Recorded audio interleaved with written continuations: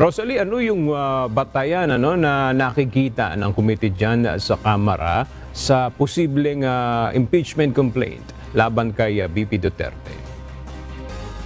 Aga, naniniwala si Manila Representative Joel Chua, chairperson ng House Committee on Good Government and Public Accountability, na meron ng dalawang potential grounds para sa isang impeachment complaint laban kay Vice President Sara Duterte kaugnay ng umano'y maling paggamit ng confidential funds nito noong 2022 at 2023.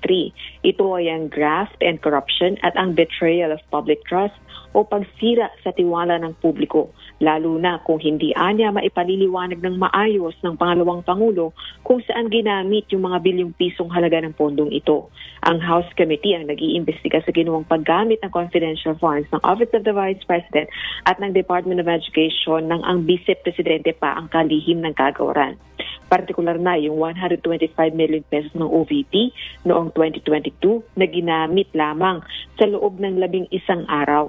Gayun din yung unaccounted for o hindi alam kung saan ginamit na 15 million pesos na halaga ng confidential funds naman ng Department of Education noong 2023. Posible namang ipagpatuloy ang pagdinig ng House panel sa Nobyembre sa pagbabalik sesyon ng Kamara. Balik sa iyo, Anda. Maraming salamat, Rosalie Coz.